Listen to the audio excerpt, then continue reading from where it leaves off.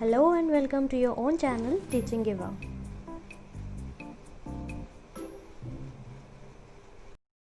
Hello everyone, hope you are good. आज हम worksheet number 25 start कर रहे हैं जो आपके सब्जेक्ट साइंस की है फॉर क्लास 10th। ये वर्कशीट आपकी चैप्टर नंबर 6 से ही ली गई है, जैव प्रक्रम।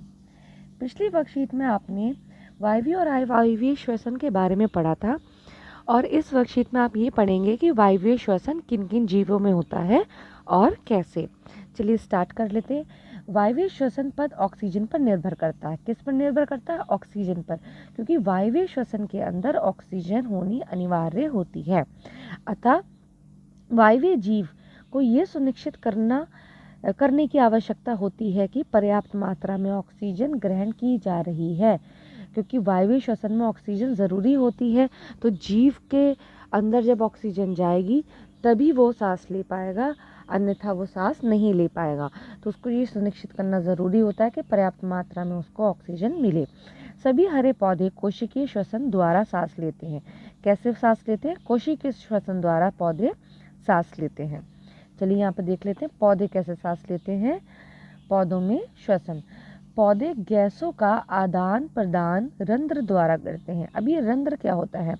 आपने पढ़ा था कि जो पत्तियां होती हैं, पत्तियों के अंदर छोटे छोटे छिद्र होते हैं। पत्तियों के सतह पे छोटे छोटे छिद्र होते हैं, वो उन छिद्रों को रंध्र कहते हैं।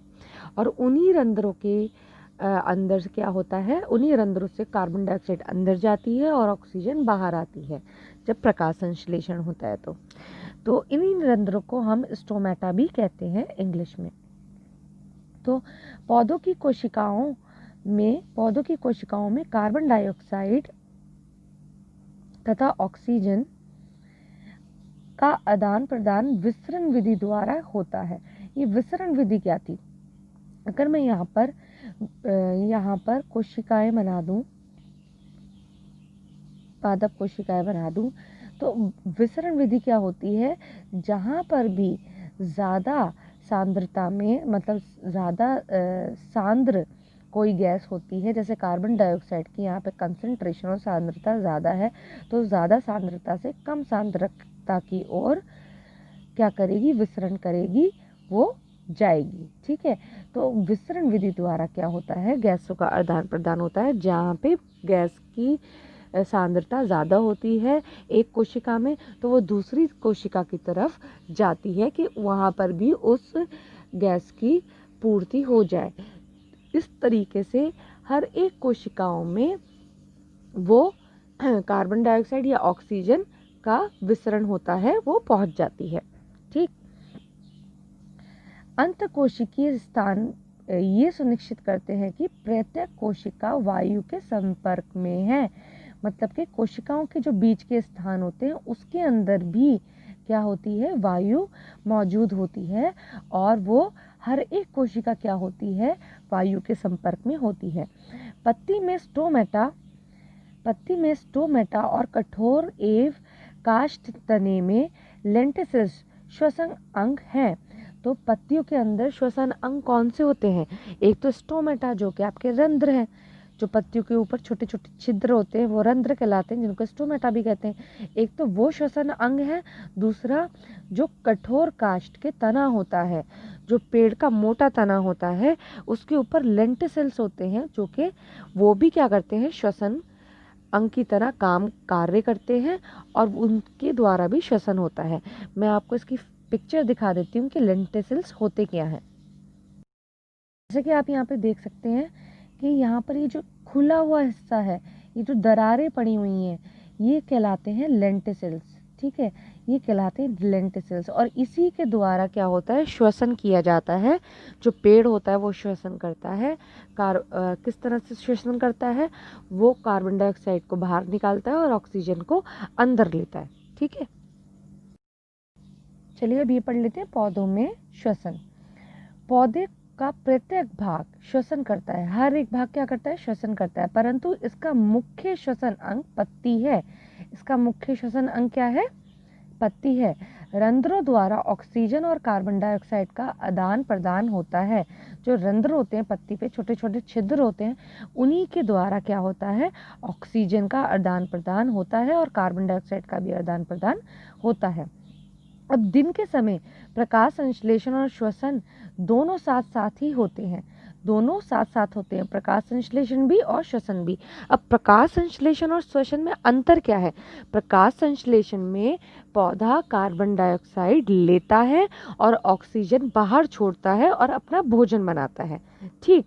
और श्वसन प्रक्रिया में क्या करता है पौधा? कार्बन डाइऑक्साइड को छोड़ता है बाहर और ऑक्सीजन को लेता है। जैसे हम श्वसन करते हैं वैसे ही पौधों में श्वसन होता है, और सेम ऑक्सीजन क्या होगी, वो ऑक्सीजन अंदर जाएगी और कार्बन डाइऑक्साइड बाहर आएगी। मगर जब दिन का समय होता है तो दिन के समय में क्या चीज़ होती है, उनको प्रकाश संश्लेषण करनी होती है और उनको कार्बन डाइऑक्साइड पौधों को चाहिए होती है। तो उस वक्त क्या होता है, कार्बन डाइऑक्साइड अंदर जाती है और ऑक्सीजन उत्पाद के तौर पे बाहर आती है। तो जो तीव्रता से प्रक्रम होता है दिन के समय, वो कौन सा होता है? प्रकाश संश्लेषण। तभी कार्बन डाइऑक्साइड अंदर जाएगी और ऑक्सीजन बाहर आती है। यहाँ पे यही चीज़ दे रखी है, दिन के समय प्रकाश संश्लेषण पत्तियों में होता है। पत्तियों में वातावरण से रंध्रों द्वारा कार्बन डाइऑक्साइड अंदर आती है और विसरण द्वारा कार्बन डाइऑक्साइड बाहर जाती है, ठीक है। और रात के समय में क्या होता है? रात्रि में प्रकाश संश्लेषण नहीं होता। जैसे कि आप जानते हैं, रात के समय में जब सूर्य का प्रकाश उपस्थित ही नहीं होगा तो प्रकाश संश्लेषण नहीं होगा। पत्तियों में रंध्र से ऑक्सीजन विसरण द्वारा प्रवेश करती है। तो पत्तियों में रंध्र कैसे प्रवेश करेगी?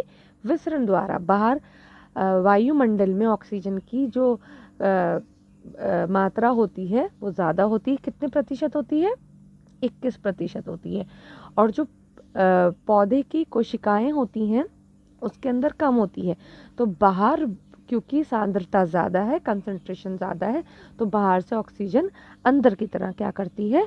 विसरण करती है, तो प्रवेश करेगी और कार्बन डाइऑक्साइड तथा जल वाष्प बाहर आते हैं। कार्बन डाइऑक्साइड और जल वाष्प कहाँ जाएंगे? वो बाहर जाएंगे।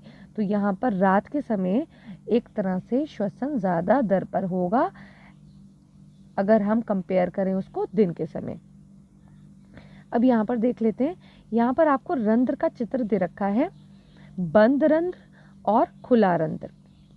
अब होता क्या है कि ये जो रंध्र होता है, स्टोमेटा होता है, इसमें आपसे ये क्वेश्चन पूछ लेते हैं कि स्टोमेटा या फिर रंध्र कैसे खुलता है और बंद होता है। ये आपका क्वेश्चन आ जाता है, तो इसको अच्छे से समझ लीजिएगा कि रंध्र में क्या होता है कि केंद्रक है, क्लोरोप्लास्ट दिखा रखा है, जो जिसके अंदर क्लोरोफिल होता है और ये प्रकाश संश्लेषण में मदद भी करता है।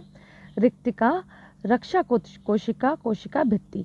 अभी जो रक्षक कोशिकाएं होती हैं, इनकी खासियत क्या होती है, इनकी क्या विशेषता होती है? इनकी अंदर की जो भित्ति होती है, ये जो अंदर की जो भित्ति है ये मोटी होती है और ये बाहरी जो भित्ति होती है वो पतली होती है। और ये आसपास की कोशिकाओं से पानी को अवशोषित कर लेती है, ठीक है। आसपास की कोशिकाओं से पानी को अवशोषित कर लेती है और ये यहाँ से ये फूल जाती है। क्या होती है? ये फूल जाती है। जब पानी इसके अंदर भरेगा तो ये क्या होगी? फूल जाएगी। और फूलने से क्या होगा? ये जो बीच का हिस्सा है यहाँ पर, ठीक है, ये रंध्र है, ये क्या होगा? ये खुल जाएगा। जब इसके अंदर कोशिका के अंदर पानी भरा जाएगा, रक्षक कोशिका में यहाँ पे पानी भर जाएगा, तो जो रंध्र है, बीच का जो हिस्सा है, ये खुल जाएगा। ये पूरा जो कोशिका है वो तन जाती है और ये खुल जाएगा, ठीक है। और वहीं जब इसके अंदर से पानी निकल जाता है, इसके अंदर से क्या होगा? पानी बाहर की तरफ चला जाएगा और निकल जाएगा, तो ये पिचक जाएंगी और ये जो रंध्र है वो खुद बंद हो जाएगा। इसका मैं आपको एक पर्टिकुलर आंसर बता देती हूँ जिससे आपको ये और क्लियर हो जाएगा, वो आप लिख भी लीजिएगा। चलिए यहाँ पे देख लेते हैं। रंध्रों का खुलना एवं बंद होना रक्षक कोशिकाओं की सक्रियता पर निर्भर करता है कि वो कितनी सक्रिय हैं। इसकी कोशिका भित्ति असमान मोटाई की होती है। जैसे कि मैंने आपको बताया था, अगर ये रक्षक कोशिकाएं हैं, ठीक है, तो जब इनकी अंदरूनी अंदर से की तरफ जो होती है, जो भित्ति होती है, कोशिका भित्ति, वो मोटी होती है, बाहर से क्या होती है, बाहर की तरफ से पतली होती है। जब ये कोशिका स्फीत दशा में होती हैं, मतलब कि इसके अंदर पानी मौजूद होता है और ये फूली हुई होती हैं, तो छिद्र खुलता है। इसे वह इसके ढीले हो जाने पर, जब इसके अंदर से पानी निकल जाता है तो ये ढीली हो जाती हैं, पर ये बंद हो जाता है। ऐसा इसलिए होता है क्योंकि द्वार कोशिकाएं, ये जो आपकी रक्षक कोशिका है, आसपास की कोशिकाओं से पानी को अवशोषित कर, ये आसपास की कोशिकाओं से क्या करती हैं, पानी को अवशोषित कर स्फीत मतलब के फूल जाती हैं। इस अवस्था में कोशिकाओं की पतली भित्ति फैलती है, जो बाहर वाली भित्ति है वो फैलती है, जिसके कारण छिद्र के पास मोटी भित्ति, जो अंदर की तरफ जो मोटी भित्ति है, वो बाहर की तरफ जाती है। वो कैसे जाएगी, वो बाहर की तरफ की ओर खींचती है, फलस्वरूप रंध्र खुल जाता है और ये जो बीच में रंध्र होता है ये खुल जाता है। जब इसमें पानी की कमी हो जाती है, जब इन रक्षक कोशिकाओं में पानी की कमी हो जाती है, तो तनाव मुक्त पतली भित्ति, जो बाहर की पतली भित्ति होती है, पूर्ण अपनी पुरानी अवस्था में आ जाती है। वो दोबारा से अपनी अवस्था में आ जाएगी और फलस्वरूप छिद्र बंद हो जाता है। और क्या होता है, फलस्वरूप छिद्र बंद हो जाता है। चलिए आगे पढ़ लेते हैं। स्थलीय जंतु वायुमंडलीय ऑक्सीजन लेते हैं, जो कि स्थल वाले जंतु होते हैं, जो कि जमीन पर रहते हैं, वो वायुमंडल से क्या लेते हैं, ऑक्सीजन लेते हैं। परंतु जलीय जंतु जल में विलेय ऑक्सीजन ही उपयोग करते हैं। जो जलीय जंतु होते हैं वो ऑक्सीजन वो इस्तेमाल करते हैं जो कि पानी में घुली हुई होती है, जो कि जल के अंदर विलेय ऑक्सीजन होती है। जलीय जंतु सिर्फ वही इस्तेमाल करते हैं। दूसरा, वायु में ऑक्सीजन की मात्रा जल में विलेय ऑक्सीजन की मात्रा से अधिक होती है, क्योंकि आप जानते हैं जो वायु के अंदर ऑक्सीजन की मात्रा होती है वो ज़्यादा होती है एज कंपेयर टू जो ऑक्सीजन पानी में घुली हुई होती है। ठीक है, तो होता क्या है इसलिए अतः स्थलीय जंतु जो होते हैं उनको तीव्रता से श्वसन के लिए आवश्यकता नहीं होती है। तो जो स्थल के जंतु होते हैं उनको बहुत तीव्रता से श्वसन करने की आवश्यकता नहीं होती है, जबकि जलीय जंतुओं को आवश्यक ऑक्सीजन प्राप्त करने के लिए तीव्रता से श्वास लेने की आवश्यकता होती है। उनको बहुत जल्दी श्वास करना पड़ता है, क्योंकि जो जल के अंदर ऑक्सीजन की घुली हुई मात्रा होती है वो बहुत कम होती है। तो जितने भी जलीय जंतु होते हैं उनकी श्वास दर क्या होती है, वो ज़्यादा होती है। किससे, अगर हम अंतर उसका करें, उसका कंपैरिजन देखें किससे, स्थलीय जंतु से। यहाँ पर देख लेते हैं मछली में श्वसन। यहाँ पे थोड़ा आपको डायग्राम जो है वो क्लियर नहीं दे रखा है, मैं आपको एक डायग्राम दिखाती हूँ जिससे आपको थोड़ा क्लियर हो जाएगा। यहाँ पे देखिए, ये जो मछली है ये कैसे श्वास करेगी, ये पानी जो है, क्योंकि ये जलीय जंतु है, ठीक है, और ये जो जल में घुली हुई ऑक्सीजन है उसी को लेगी। ठीक है, अब ये वो लेगी कैसे, वो मैं आपको बताती हूँ। ये क्या करते हैं मछली कि अपने मुंह में ये पानी को लेती है, भरती है और खींच के अपने मुंह में पानी को खींचती है, और इसके जो गिलफड़ हैं, इसके जो क्लोम है, उससे पानी को बाहर निकालती है। ठीक है, अब इस दौरान वो करती क्या है, होता क्या है इसके अंदर, जब ये मुंह के अंदर पानी को भरती है और गिलफेड से और क्लोम से बाहर निकालती है, तो जो क्लोम होते हैं, गिलफेड होते हैं, उनके पास ये छोटी छोटी क्या होती हैं, ये रुधिर नलिकाएं होती हैं। ये रुधिर नलिकाएं आपको दिख रही हैं, ये रुधिर नलिकाएं होती हैं।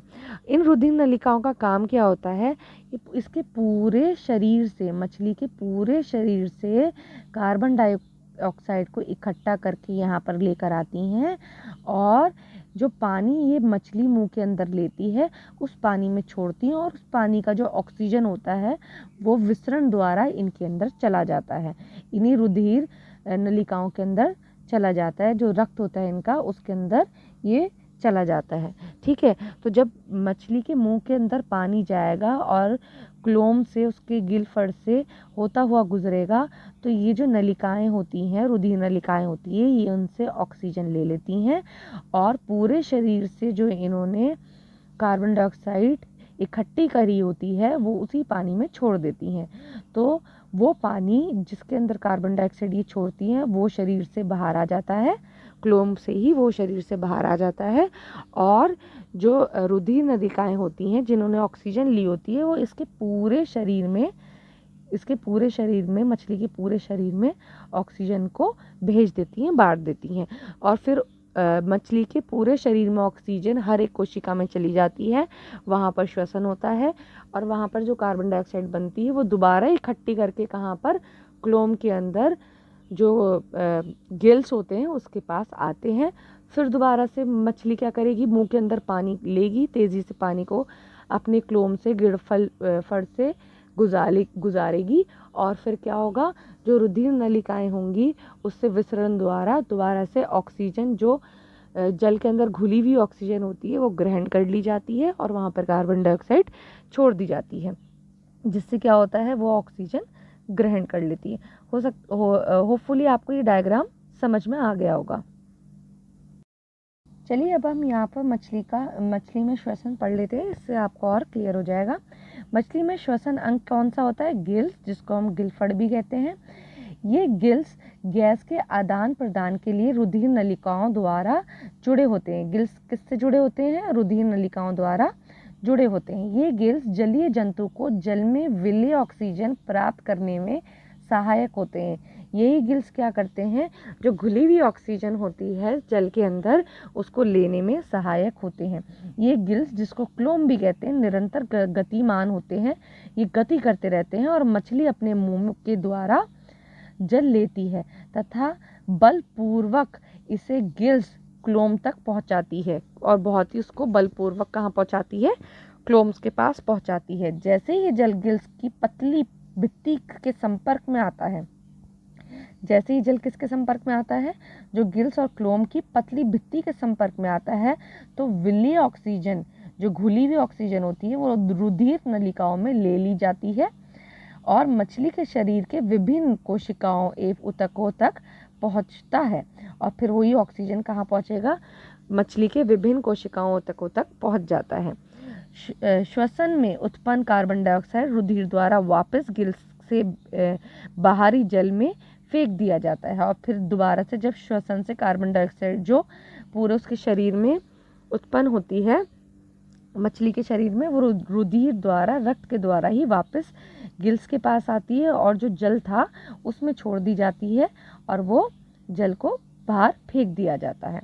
ठीक है, ये आपको अच्छे से अब समझ आ गया होगा। चलिए लास्ट इसका एक टॉपिक है, इसको कवर कर लेते हैं। श्वसन सतह के लक्षण क्या क्या होते हैं, मतलब जो जिस सतह पर श्वसन करवाया जाता है उसके लक्षण क्या क्या होते हैं। ये पतली होनी चाहिए। पतली क्यों होनी चाहिए, अगर पतली होगी तो ऑक्सीजन और कार्बन डाइऑक्साइड का आदान प्रदान आसानी से हो पाएगा। वह श्वसनीय गैसों के लिए पारगम्य होनी चाहिए, मतलब कि परमिएबल होनी चाहिए, वो आसानी से उन गैसों को अपने अंदर से आने जाने दे। ये जल या श्लेष्मा द्वारा नम होनी चाहिए। अब ये क्यों बोला है, ये जल या श्लेष्मा द्वारा नम होनी चाहिए, क्योंकि अगर स्थलीय जंतु की हम बात करें, जैसे कि हम लोग हैं, तो जब हम सांस लेते हैं तो हमारी जो श्वास नली होती है उसके अंदर श्लेष्मा होता है, म्यूकस होता है, जिसकी वजह से वो परस्पर क्या रहती है, गीली रहती है। अगर कोई भी गैस अंदर जाएगी तो उस ट्रैक का, उस श्वास नली का सूखने की जो स्थिति वो बढ़ जाती है, वो जल्दी सूख जाएगी। ठीक है, तो उसको सूखने से बचाने के लिए, कोशिकाओं को क्षति से बचाने के लिए उसको क्या होना चाहिए, जल या श्लेष्मा द्वारा नम होना चाहिए। इसका सतही क्षेत्रफल अधिक होना चाहिए कि वो अधिक ऑक्सीजन ले पाए। ठीक है, अगर क्षेत्रफल ज़्यादा होगा तो ज़्यादा से ज़्यादा ऑक्सीजन श्वास द्वारा उसके शरीर में, जो भी जीव होगा उसके शरीर में जाएगी और कार्बन डाइऑक्साइड बाहर निकलेगी। ये परोक्ष या अपरोक्ष रूप से वायु या जल के संपर्क में रहना चाहिए। तो डायरेक्ट और इनडायरेक्ट वे में कैसे भी करके उस श्वास तंत्र का जो वायु है उसके संपर्क में या फिर जल के संपर्क में रहना चाहिए, जिसके द्वारा श्वसन हो पाए। चलिए अब इसके क्वेश्चन आंसर ज़रा डिस्कस कर लेते हैं। पहला क्वेश्चन है, पौधों के श्वसन अंग का नाम लिखिए। और पौधों का वह अंग जो गैस के आदान प्रदान में सहायक है उसका चित्र बनाइए। तो वो अंग कौन सा है? रंध्र है, जो कि पौधों के आदान प्रदान में सहायक है। और दो कौन से ऐसे श्वसन तंत्र हैं जो कि श्वसन अंग हैं जो कि श्वसन करवाते हैं? पत्ती में स्टोमेटा और कठोर एव काष्ठ तने में लेंटिसिल्स श्वसन अंग होते हैं पौधे में। और जो श्वसन करवाते हैं वो कौन से हैं? सहायक कौन से होते हैं? रंध्र। रंध्र श्वसन कराने में सहायक होते हैं। इसका डायग्राम आप यहाँ से देख के बना देंगे। नेक्स्ट क्वेश्चन देखिए, पौधे किस प्रकार सांस लेते हैं? तो पौधे किस प्रकार सांस लेते हैं, यहाँ पर आपको पूरा पॉइंट्स वाइज दे रखा है। पौधों में श्वसन, तो पौधे किस प्रकार सांस लेते हैं? पौधे श्वसन प्रत्येक भाग उसका श्वसन करता है, परंतु उसका मुख्य श्वसन अंग कौन सा होता है? पत्ती होती है। रंध्रों द्वारा ऑक्सीजन और कार्बन डाइऑक्साइड का आदान प्रदान होता है। दिन के वक्त प्रकाश संश्लेषण ज़्यादा होता है, मगर श्वसन भी साथ ही साथ होता रहता है। तो प्रकाश संश्लेषण और दोनों प्रक्रम उस वक्त दिन के वक्त प्रकाश संश्लेषण तीव्रता से होता है। दिन के समय प्रकाश संश्लेषण पत्तियों में होता है। पत्तियों के में वातावरण के से रंध्र द्वारा कार्बन डाइऑक्साइड अंदर आती है और विसरण द्वारा ऑक्सीजन बाहर जाती है। तो दिन के समय ये होता है। और रात के समय क्या होता है? रात्रि में प्रकाश संश्लेषण नहीं हो सकता, क्योंकि रात के वक्त प्रकाश होता ही नहीं है। तो पत्तियों में रंध्र से ऑक्सीजन विसरण द्वारा प्रवेश करती है और कार्बन डाइऑक्साइड तथा जलवाष्प बाहर आते हैं। तो ये आपको चारों पॉइंट इसके अंदर लिखने हैं। थर्ड क्वेश्चन है आपका, क्या पौधे रात में सांस लेते हैं? तो जी हाँ, पौधे रात में सांस लेते हैं। और इसका जो फोर्थ पॉइंट था वो आप यहाँ पे लिख लेंगे। रात्रि में प्रकाश संश्लेषण नहीं होता, पत्तियों में रंध्रों से ऑक्सीजन विसरण द्वारा प्रवेश करती है और कार्बन डाइऑक्साइड तथा जलवाष्प बाहर आते हैं। फोर्थ क्वेश्चन है आपका, मछली किस प्रकार सांस लेती है? तो ये मैंने आपको बहुत अच्छे से समझाया। पूरा ये डायग्राम बनाकर ये पूरा लिखेंगे। मछली में श्वसन का ये पूरा का पूरा जितना भी एक्सप्लेन कर रखा है ये पूरा आप लिखेंगे। फिफ्थ क्वेश्चन देखिए, श्वसन सतह के किन्हीं 3 लक्षणों को लिखिए। तो आपको कोई भी 3 लक्षण लिखने हैं। तो आप यहाँ से ये देख सकते हैं कि श्वसन सतह कैसी होनी चाहिए? पतली होनी चाहिए, श्वसनीय गैसों के लिए पारगम्य होनी चाहिए, और वो हमेशा जल या श्लेष्मा द्वारा नम होनी चाहिए, उसका क्षेत्रफल अधिक होना चाहिए, और उसके अंदर वायु और जल के वो सीधे संपर्क में रहनी चाहिए। होपफुली आपको ये वीडियो समझ आई होगी। इसमें कोई भी प्रॉब्लम होती है या कुछ भी चीज़ समझ में नहीं आती है तो आप मुझसे कमेंट बॉक्स में पूछ सकते हैं। ये बहुत इम्पॉर्टेंट टॉपिक है आपका प्रकाश श्वसन का। इसके अंदर पौधों में श्वसन बहुत इम्पॉर्टेंट है। रंध्र का डायग्राम आ जाता है, पूछते हैं, और रंध्र खुलते कैसे हैं और बंद कैसे होते हैं, जो मैंने आपको आंसर बताया है वीडियो के बीच में, उसको आप लिख लीजिएगा। वो भी क्वेश्चन आपसे पूछा जाता है। Hope you enjoyed this video. Thanks for watching.